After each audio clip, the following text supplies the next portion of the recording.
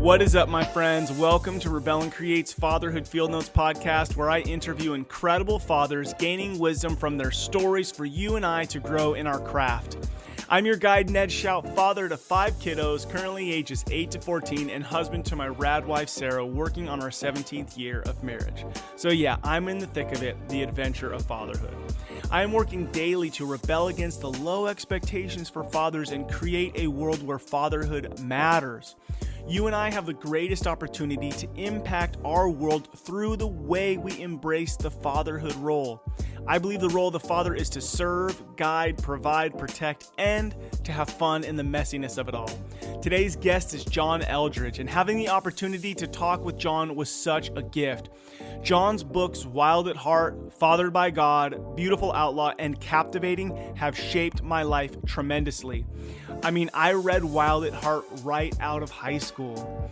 His work in restoring Christian masculinity is amazing and critical for our world.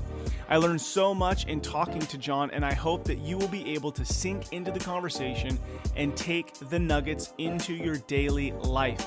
You can check out his work at wildatheart.org. Please enjoy and share this episode with a fellow father.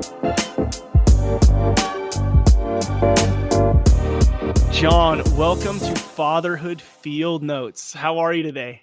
Yeah, thanks, Ned. I'm well. I'm looking forward to diving deep with you.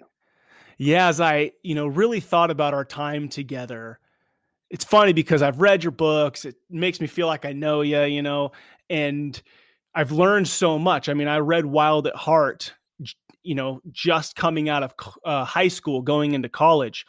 And so it's interesting how, the timeliness of how things have shaped your stuff. So to be able to sit down and talk fatherhood with you is just truly an honor. Yeah, thanks. Likewise. I'm stoked about what you're doing and leading guys in probably the most beautiful mission on earth. Yeah, fatherhood, I feel, is critical. It's the most amazing opportunity that we have as men to really have an impact on our world. And so, so that's what Rebel and Create's about. So I'm looking forward to talking. So to jump right into it, I'm just going to blast you with a few questions. So not everybody might be completely familiar with your work. And so I'm going to ask you some questions just about you. How old are you today? I am 60 this year. 60 this year. Nice. That's awesome. And how many years have you been married? 37. Wow. Thank you. I've always told my parents the greatest gift they've ever given me was that they figured it out and stayed married. Right? I mean, it's huge because 37 years is an incredible amount of time. And really, that is just the greatest gift that you can give the world to show, especially in a climate like we're in today, right? Where it just seems as though opposites can't figure out how to work together. But as God does, I'm sure you're just not this special couple. I mean, you are, but you know what I'm saying with this is that you figured out a way to make it work and you submitted to the idea of marriage. And so thank you, because we need that tremendously. Yeah, we're not very special. But what made it work, Ned, was we finally admitted our mutual brokenness and took that seriously and went and sought our own healing. Yeah. And we continue to pursue that even now. Every year we're trying to become more wholehearted people. And then you don't bring all that stuff to your marriage. Yeah. We're celebrating our 17th year of marriage this year. Whoa, way to go. Yeah, so it feels like a lifetime. So when I hear 37, I go, wow, the intensity of what you know at that point is just got to be just amazing, the continued growth. Yeah, it is. And you don't ever get to the place where you coast, because life keeps changing, right? You got the little ones phase, and then you got the teenagers phase, and suddenly you find yourself empty nesters, and then you got to figure life out again, and you got to figure out marriage again. The kids hide a lot. The kids can hide a lot, in a broken marriage. Yeah. So how many kids do you have? We raised three sons. They're all in their late 20s, early 30s. They're all married. Okay. Yeah, And really, then, really great young men. and you have grandkids at this point? Yeah, we've just started into that. So we've How got little fun. ones. We've got little ones. We've got a 4-year-old, a 3-year-old, a 2-year-old, and a newborn. Okay, so yeah, you're really they're not messing around. You got some grandkids in there. That's Yeah, awesome. it's How fun. fun. How fun. Um okay, so as you think about, let's ask this two ways. When you think about first becoming a father and or now becoming a grandfather, what are some resources that have been good for you? You mean other than the presence of the living God? Yeah, so I mean, but you speak on that for a moment, Well, because we yeah, have people all over the board who are listening to this. yeah. Um, you can't master enough principles. Mm, Life just has too many curveballs. There's something unique about your situation. You might have like a high needs child, or you're not able to conceive right now, or just everyone's situation is so unique. And you might be a little older as parents, you might be super young, and you have your kids really close together, or you have a 6-year-old and suddenly you're pregnant again and you're like, right, what? right. And so here's the idea um, that God offers to walk with us, and there is a way to tap into His kindness and His counsel, where you just don't have to memorize every book on parenting you ever read, because it's so unique. It's like, Yeah. what do I do in this situation? What do I do in this situation? And it's great to have wisdom, but I'm really convinced it's what saved me over the years is just pausing to ask God, like, even with educating our kids, at one point we had all three of our sons in a different school. Mhm. And it was because they're unique, and their needs are unique, and we had to pause and ask, and not, I just wanted a cookie cutter. I just like, no, come on, man, let's make this.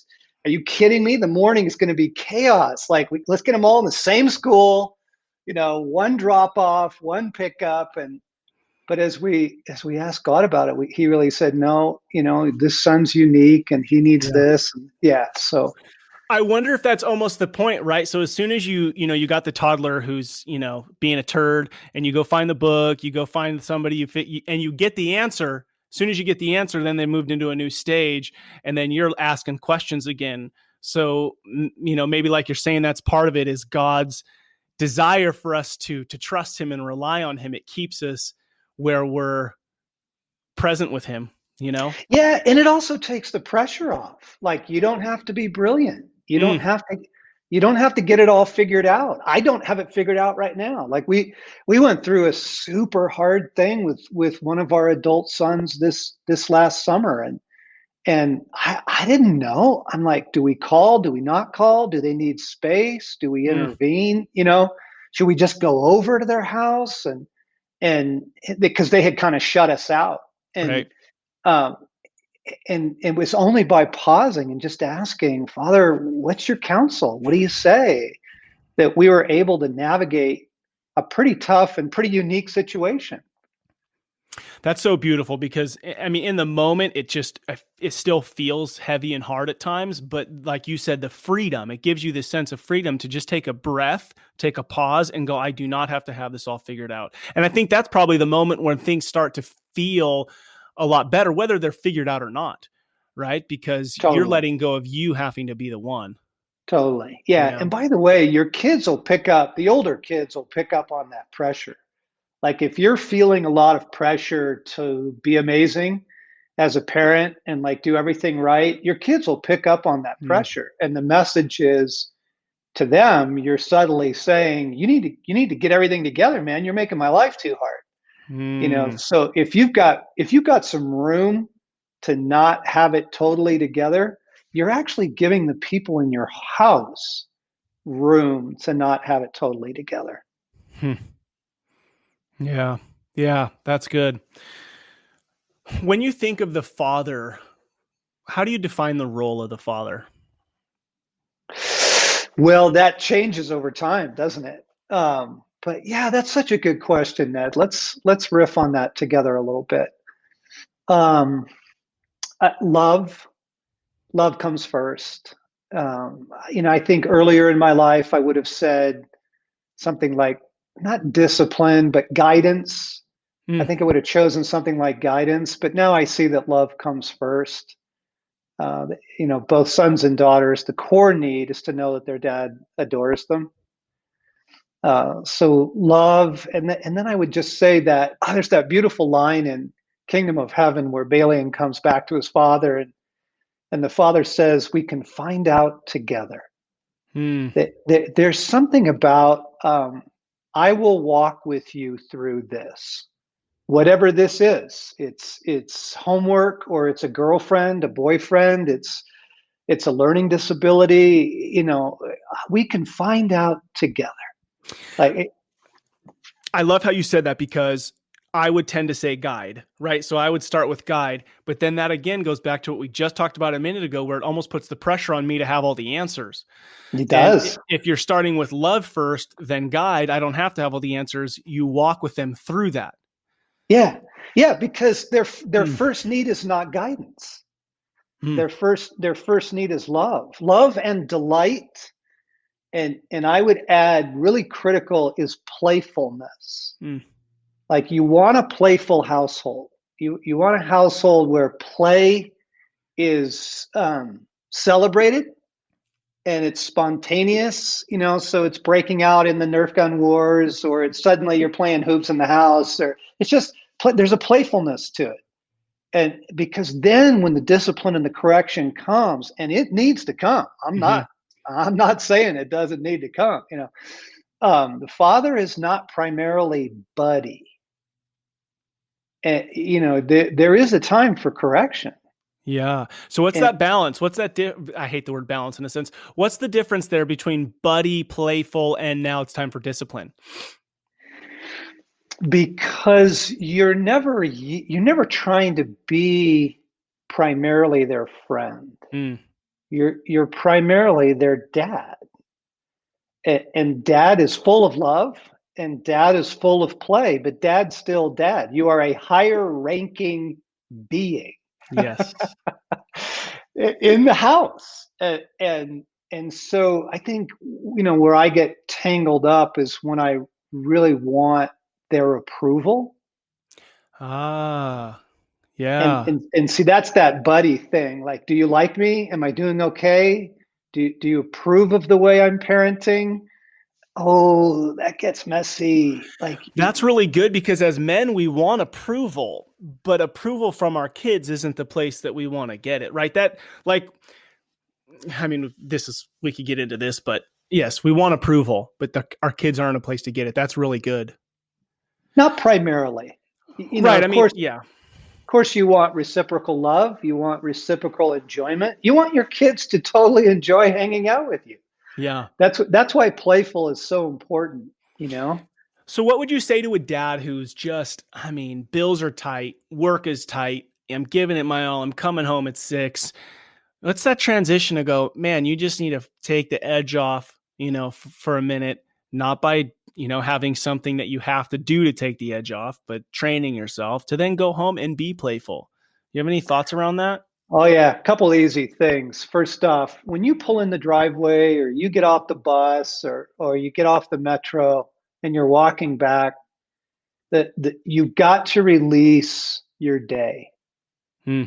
Because if you bring your day with you in the door, you're going to be a really distracted dad, and you're going to be half there, right? And then you're going to be more easily irritated at the chaos because you're walking into chaos. Come on, like, households with kids is chaos. And um, so I pause, I lay my head down on the steering wheel.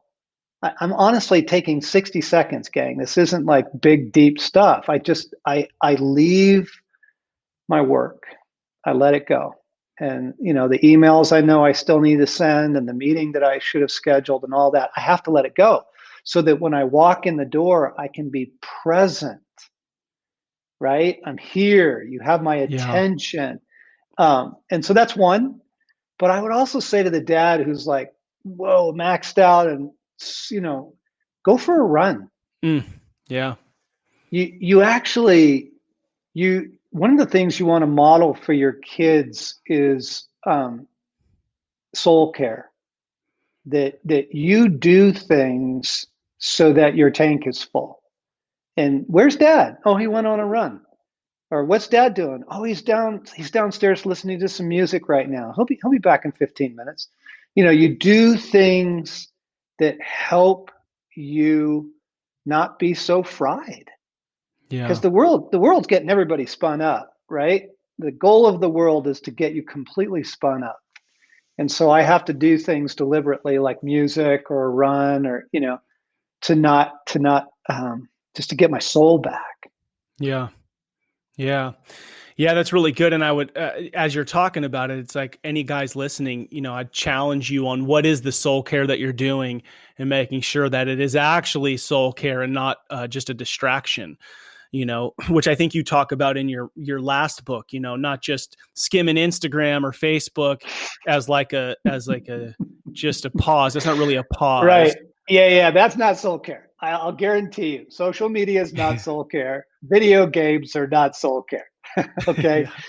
Yeah. Yeah. It's nature. It's physical movement. It's beauty. It's things that bring you life.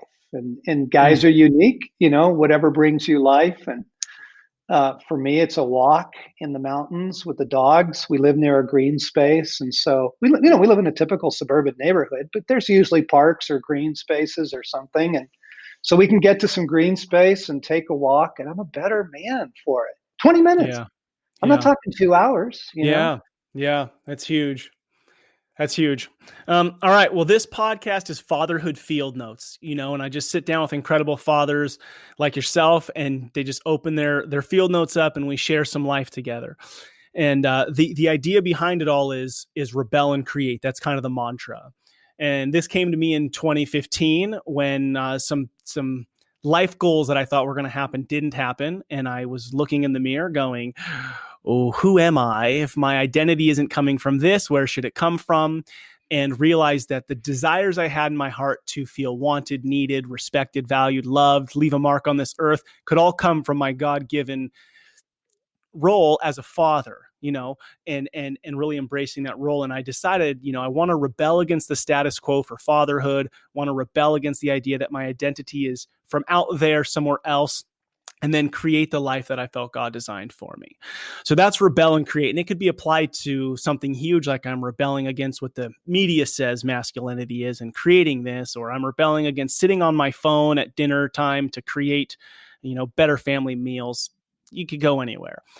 When you think about your life right now, what is something that you're rebelling against, and what do you hope to create out of that? Well, we're living at a pretty rough moment in human history right now, right? I mean, the pandemic and the economic and the racial and all the stuff, the political. Hmm. So this is a pretty rough moment on Yeah. humanity. I think what I'm rebelling against, Ned, is hopelessness. Hmm. I'm rebelling against hopelessness. Um, no way, no way, man. Um, and therefore, what I'm trying to create are opportunities for people to heal, Hmm. because the soul is pretty hard hammered. I mean, honestly, just think about it for a minute. Like, take away your normal, keep you in constant uncertainty, do a bunch of stuff to fill you with fear, bombard you with all the negative news and stuff. Walk around in a world where everyone's wearing a mask, so you can't even see people's faces and their smile and their Hmm. humanity, right? And then take away from you everything that used to be um, life giving, kind of your normal. You don't have your normal anymore. That's what they do to prisoners of war when they're interrogating them. Like, this is a rough moment on the human Yes. race. Okay. Yes. So I'm looking for ways. I'm rebelling against hopelessness, because it sure looks like a real crap show out there. And I'm looking to create opportunities for people to heal. Hmm. That's beautiful. So break What that to about me. you right now? Right Oh, now, okay, here we go. What is Ned rebelling against, and what is Ned creating?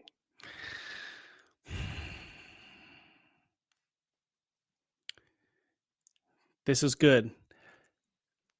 What I'm rebelling against is having all the answers. So like even right now, like I've been in sales. I'm 37 years old. I've been in sales since I was 20 years old. I go in a room and I can say what I need to say, not lie, but I can say what I need to say to get the business, and I can have the answer. Yep. So what I'm rebelling against is always having the answer. So with that is always thinking when you're speaking. So always thinking about, okay, what's my angle? What am I going to say to you? That go with my kids, that go with my wife, that go with conversations that I'm having. I'm rebelling against having all the answers, which means that I am creating space in my head to listen better, to really hear you, to be present. Now, what's crazy is I mean, this is what I want to talk about too in a moment, but I feel as though God has me in this space where I've told my wife there's been some hard days where I feel as though like a lizard shedding his skin right now and transforming into this next level of this man that I'm called to be. And just about 3 weeks ago, I sat with this guy. We just got paired up, and for like 15 minutes to share. And I had never sat with somebody who was so present in listening. It was just, I could feel it. And at the end of our conversation, I was like, wow, how have you gotten to this? Because there's clearly something different going in your mind. Like you have zero ego. You're not thinking about what you're going to say. You're not trying to sound smart or anything. And so that is what I'm rebelling against. Because I really want to create like great relationships with people, and great relationships with people isn't going to come based on who Ned is, as far as, you know what I'm saying? It's going to come based on having real conversations with people and slowing down. Yes. Yeah. Well done, Ned. That's a huge shift, especially for a guy with a career in sales. It's tough. Like my oldest daughter's 14, and just this weekend we're all together and she's telling me something and she's like, "Hey Dad, are you listening right now?" So for her to know that she has to call me on it to check and see. And that breaks my heart, because the fact that and later I'll go, "Man, your 14-year-old daughter wants to talk to you." That's right? gold, baby. It's gold, man. That. So do not screw that up, bro. Because if you're not going to listen to her, some other boy will listen to her with different motives, or even if he doesn't have different motives. I want to be the one, and so being in tune with that is just critical. Yeah, well done. Well done. So let's jump into my question, right? So in a sense, this isn't my typical interview, because you are the sage in my, you're the expert, although you would say you're not the expert. And when I think of fatherhood, I think of manhood, right? It's this position towards life.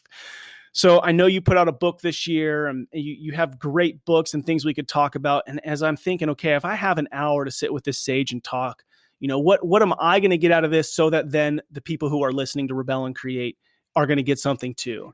And I thought most of the men are in a similar age range or similar stage of life, because they're following me with me and my kids. My kids are ages 7 to 14. I've got a 7-year-old. Oh, she's 8 now. 8, 2 11-year-olds, a 12-year-old, and a 14-year-old. So 5 kiddos. And so a lot of guys have the similar. So I thought, okay, I'm going to ask a question around where I'm at so that they can grow too. So with that being said, I'm going to give a little preface and then jump into it.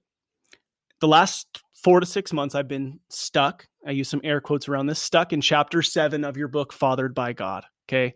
Probably my second time through it, but I'm in chapter 7. And if you looked at it, it's highlighted in 2 different highlighters and underlined. Okay. So it's been kind of going through it. Right on. And so this chapter for everybody is on king, right? And so the idea behind this book, and maybe you could give us your summary, but it's talking about the stages of manhood, right?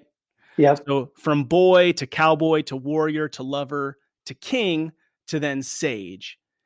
And I would say that I'm in the transition of trying to move into a king. And I would say that most of the dudes listening to this are like me, where they're kind of stuck in some sense in the cowboy warrior lover stage. Okay. Yeah. There's somewhere kind of touching all of those, but haven't quite mastered the moving into this king. And I'll tell you, I wouldn't even have called myself a king until this year, because I'm always like, Jesus is the only king. I'm a servant,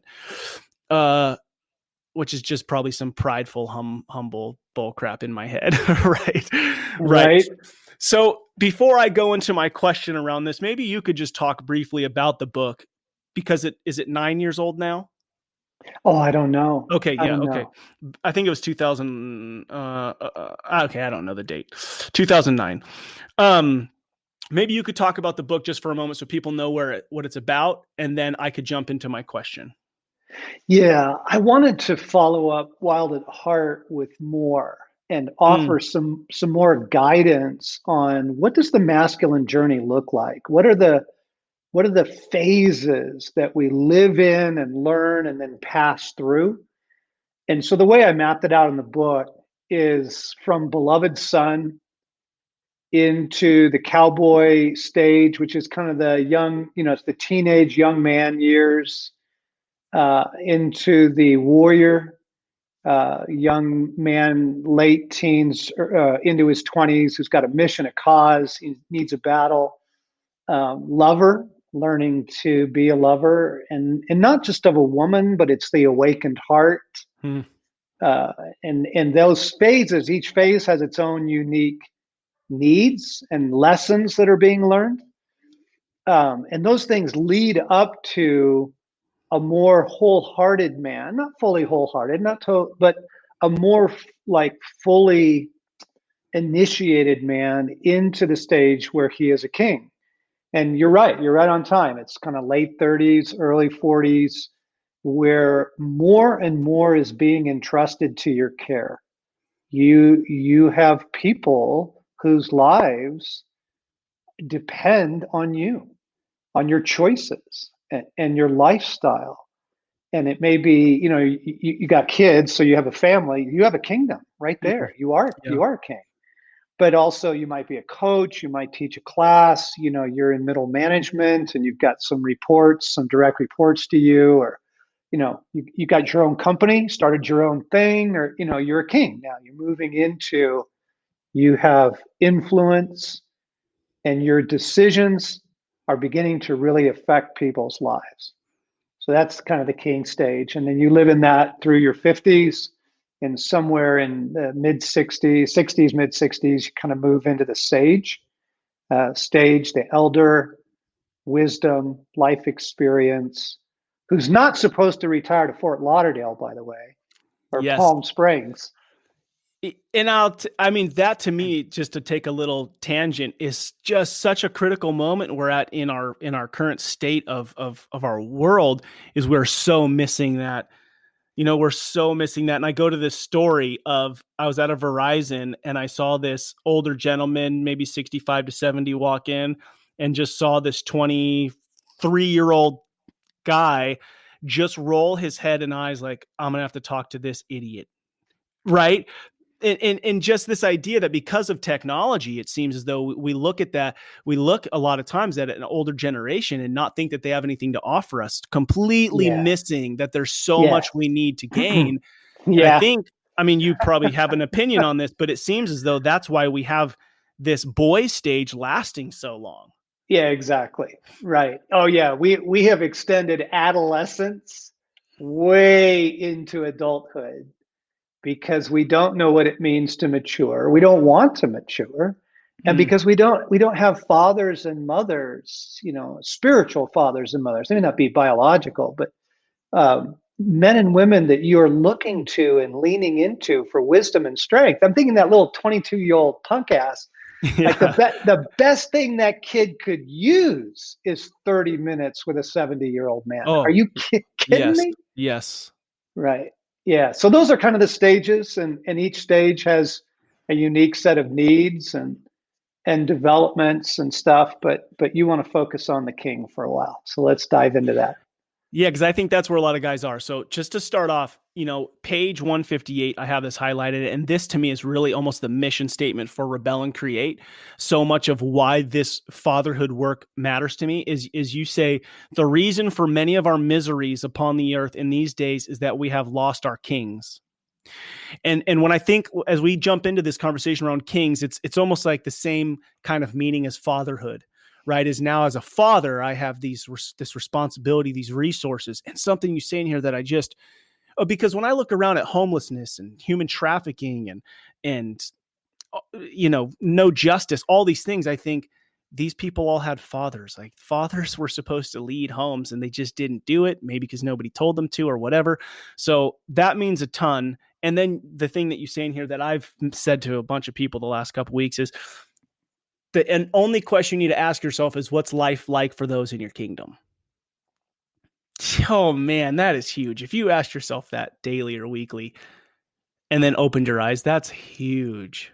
Right. And you want to take it a step further. You ask the people in your kingdom what life is like under your leadership. And I wouldn't recommend this as a dad to younger kids, because that's kind of like heavy and what, Yeah. But a 14-year-old daughter, you could ask her, "Hun, what's it like to have me as a dad?" You could ask that. And then be ready for whatever she says to not be offended. Yes, right? Because that's the point. You don't want to be offended and then make a move, then take it in. Are you ready to change? Right. So that'd be the question. Is Ned ready to adjust? Yeah. Yeah. My and life? some of what a 14-year-old might say, you kind of just take with a grain of salt. Right. I want my phone later. Yeah. You're not lenient enough. I want to be out with my friends later or whatever. But you will get some valuable data. Do you know how much I love you? Are you aware of that?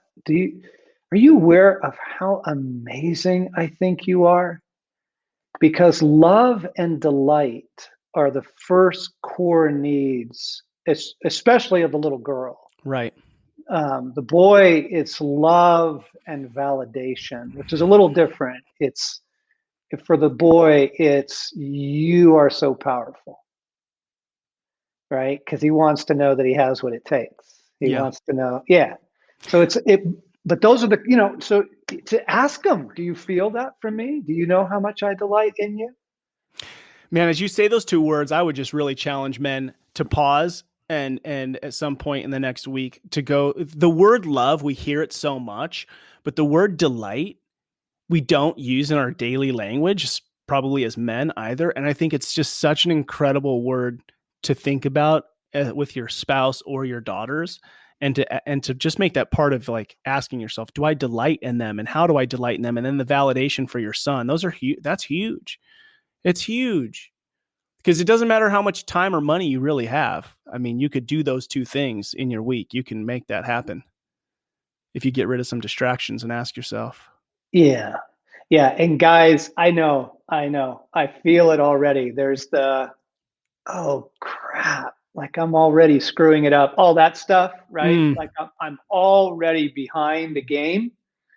And what I want to say real quick is this, that each new stage of fathering is going to reveal in us the unfathered places where we need fathering still. And yes, you are a father, but you are also a son. And you have a father who cares very deeply about you. And we can bring those unfathered places. Lord, I am so angry about this. Or, Lord, I feel so completely clueless on what to do, with my son's depression or whatever. I don't know, God, what are you saying? Like, let him father you. Just because you're a father doesn't mean you stop being a son. It's so powerful, because you hear men at every stage of life. Like, we would think, oh, I'm 18, 19, 20, 25. I'm a man now. I don't need to be fathered. But even when you speak of your own father, you have a feeling of him no matter what age you are. And I still get validation from my own dad. I want him to like the stuff that I do and approve and validate that I'm a man. And there's this desire in us, and regardless, like you're saying, of your own father on earth, that desire is for your heavenly Father, is what you're saying.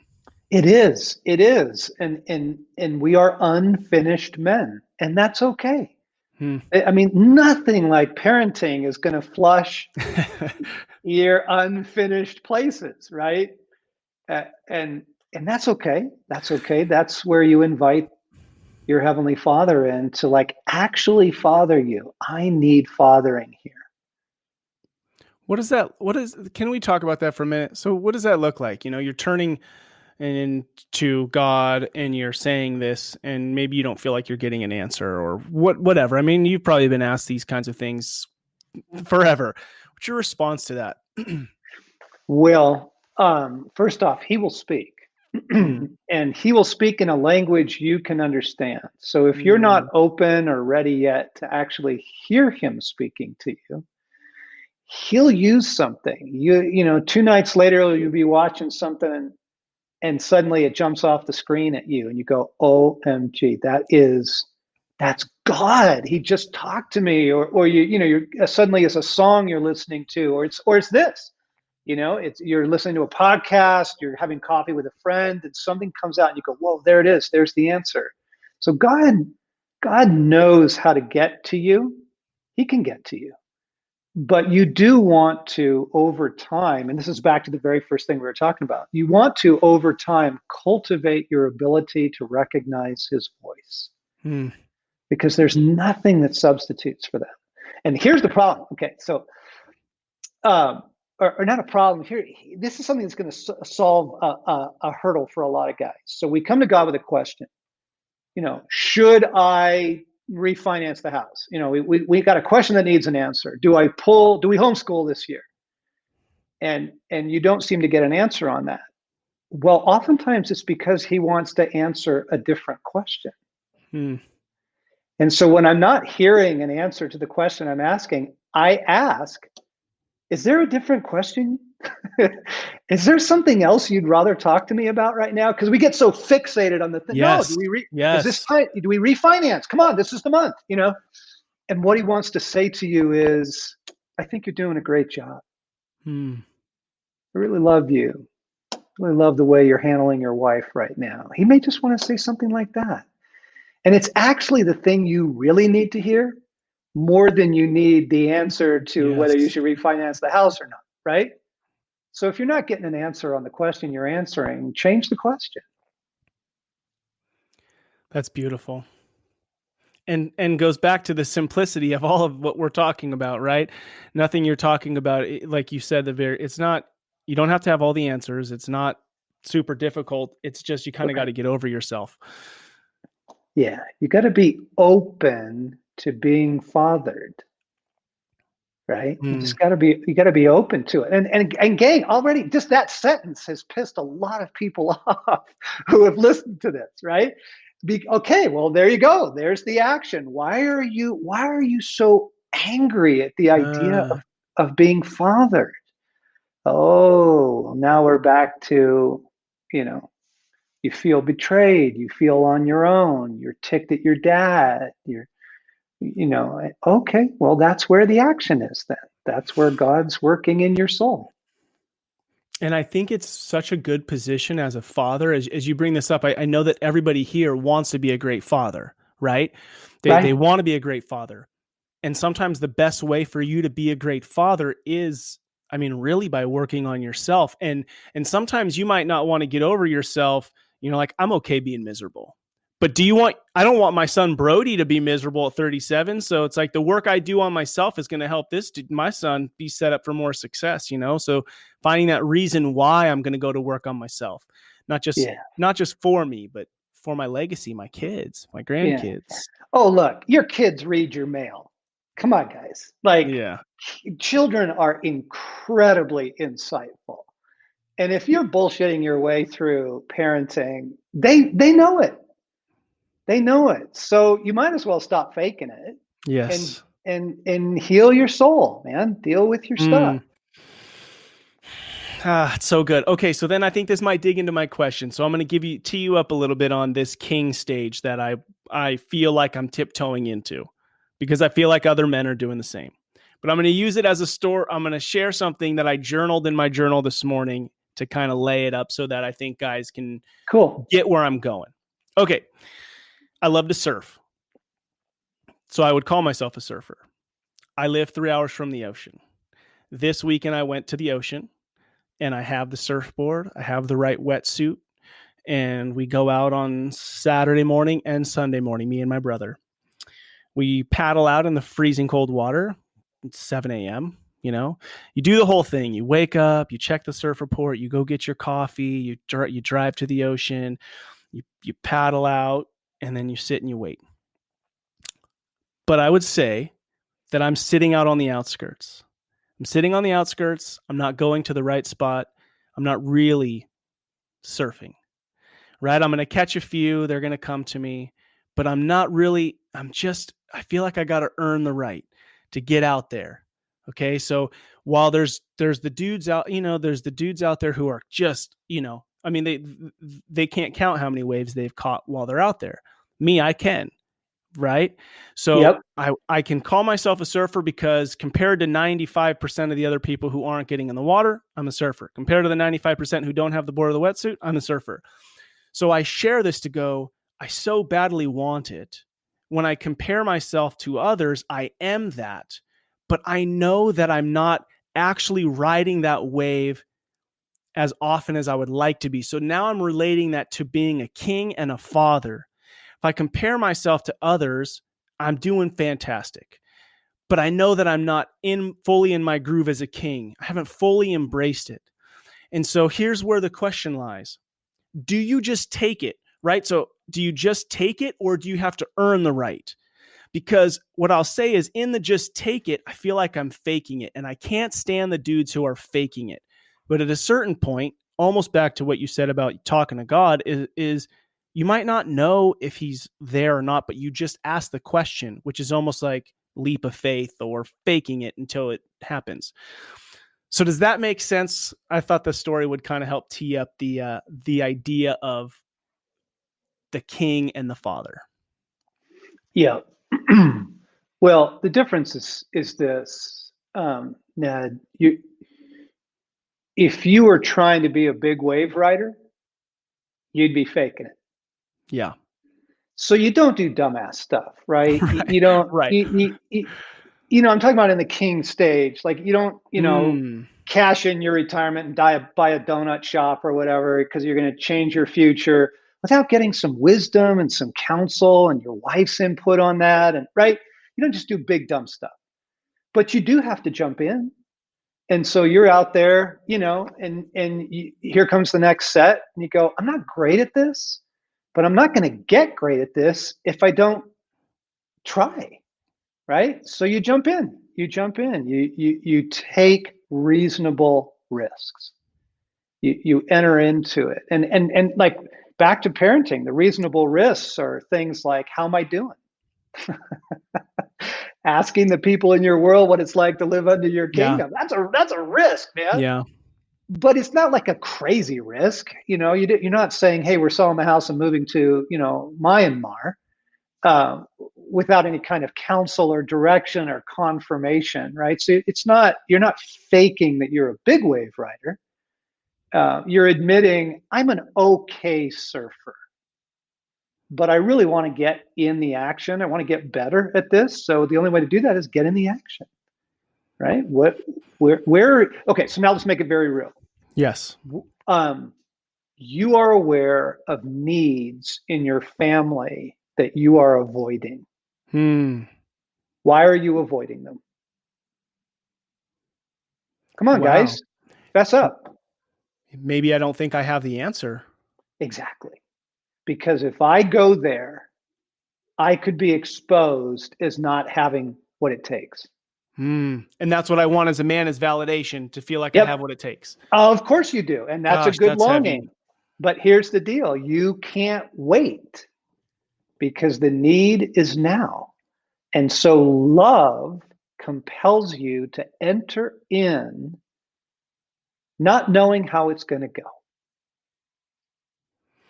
And then when it goes south, is it really going south then? Like the fears that I have about the need, is it, meaning, I guess I'm teeing up like, am I learning from my mistakes then?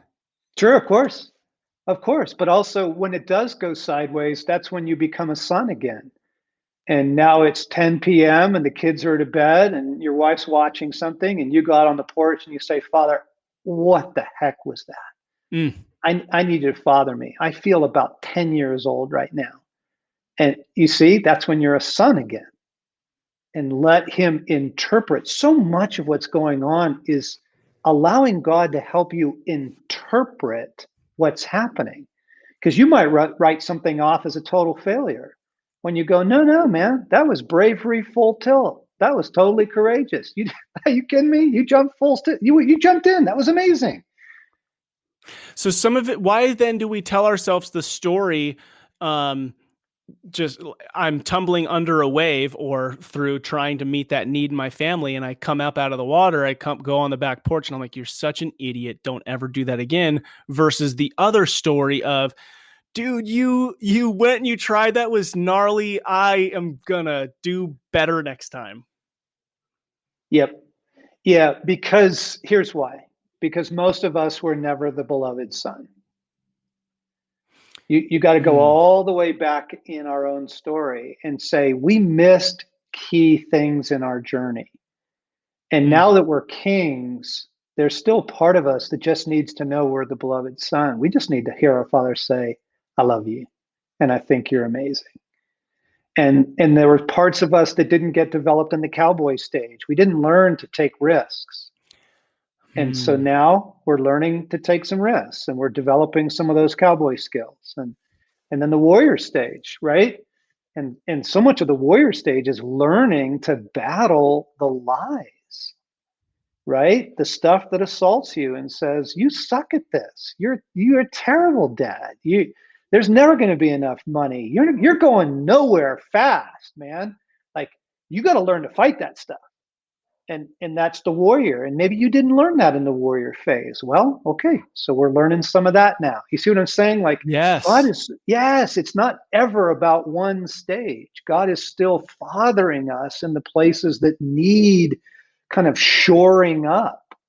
And that's why we tell in the current moment, we're telling ourselves a narrative, but we do need to stop and pay attention to that narrative, right? I love how you said that in the war, like that's part of the warrior stage is to pause and to pay attention to the narrative you're telling yourself and be able Big to time. step back and go, is this true? And why do I think this? And most times the lies we tell ourselves isn't true. And that us men want a battle to fight, but we don't always think about that. That's a battle right there. The battle for your own heart is Huh. always the first battle. And it will be to the day you die. Fellas, this is live ammo. I wish there was some place we could all just go learn and get whole and get strong and then live life. But we're in it. And the enemy is real. Yeah. And his lies are brutal, man, because there's a grain of truth to them. And learning how to identify that. And here, I mean, there's a real quick one here. Your father's voice will never sound sarcastic and it will never sound condemning. It will never sound cynical. And so if you're getting hit with cynicism, sarcasm, ridicule, contempt, that's easy, man. That's straight from hell. So it's easy to decipher that lie when it's those things Yeah, because it's because not nurturing you. oh man, here's the simplest test in the world Jesus gave us. He said, you shall know it by its fruit. So you just look at the fruit of it. You go, I'm totally hammered and I'm utterly discouraged. I just guarantee you that's from hell. Look at the fruit of it. And if I don't try again, I tried to talk to my teenage daughter. She rolled her eyes at me and, made it clear that she didn't want to talk.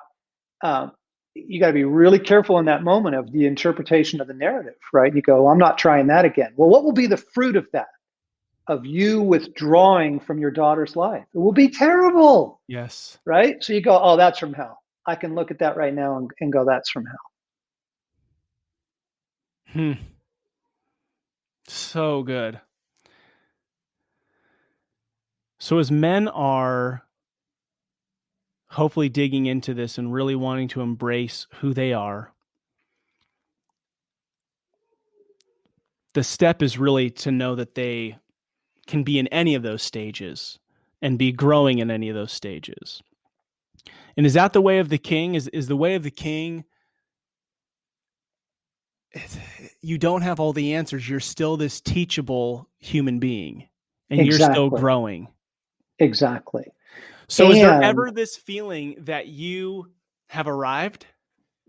No, but there is a confidence. There's a growing sense of, at each of the stages, there's a confidence uh, that we're growing and we're maturing and we're becoming stronger. And for the king, I would say it's the big shift at the king stage is the shift.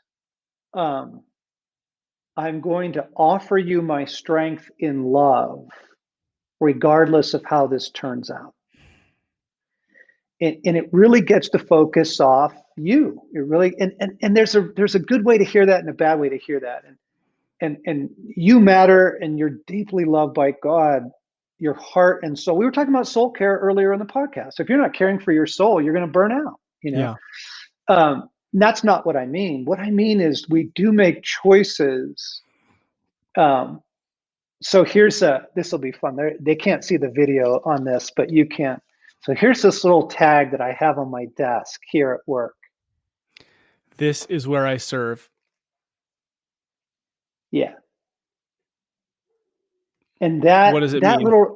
that little reminder, this is where I serve, is when I come in here, there are a group of people now under my care, right? I have a kingdom, and I am here to serve them. And we are here to serve a cause. And for us, it's healing people's lives, healing men, healing women.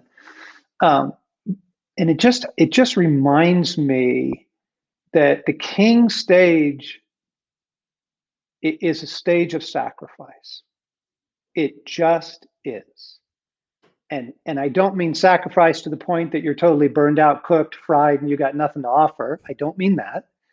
But let's say your daughter rolls her eyes at you. Dad, I don't want to talk right now. You go, okay, love, that's all right. And what you do, the king comes back the next night and he risks it again. And that night she says, Dad, I'm cramming for this exam. I can't right now. Go, okay, love, that's all right.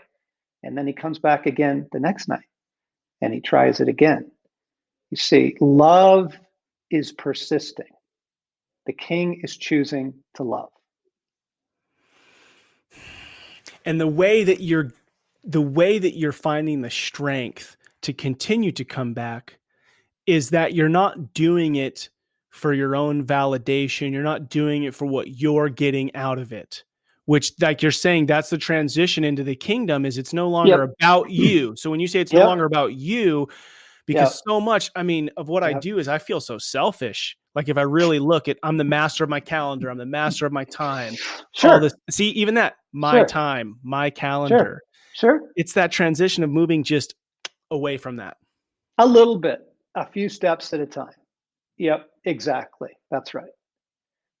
When Augustine was a monk in North Africa in a fellowship, and he loved it. And then they asked him to become bishop of all of North Africa, and he wept.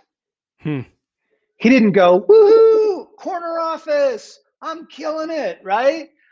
6 figures, I'm the man. He's like, oh, dang, this is going to require so much of me now. But I will do it because the people need me to. And so it's not about you. It's not about your happy little kingdom, right? It's not. It's not about making a groovy life for yourself. It's just not.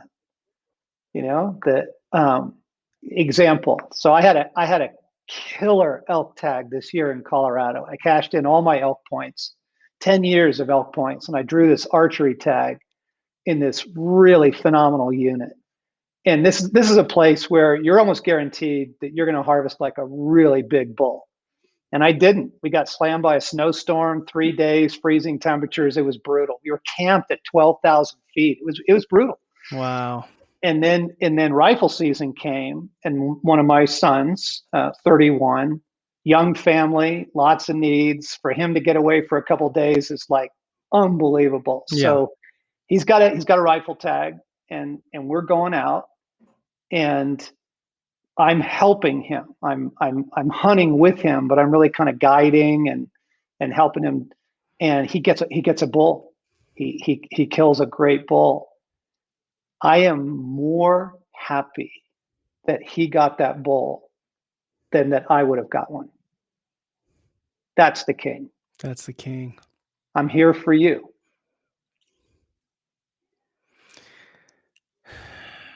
How do you fully live in that stage? You don't. You only take a step at a time. You can't. You can't. We're all in process, right? We are under renovation. Every single man is under renovation. So you just live into it. What's my assignment today? What does love look like today?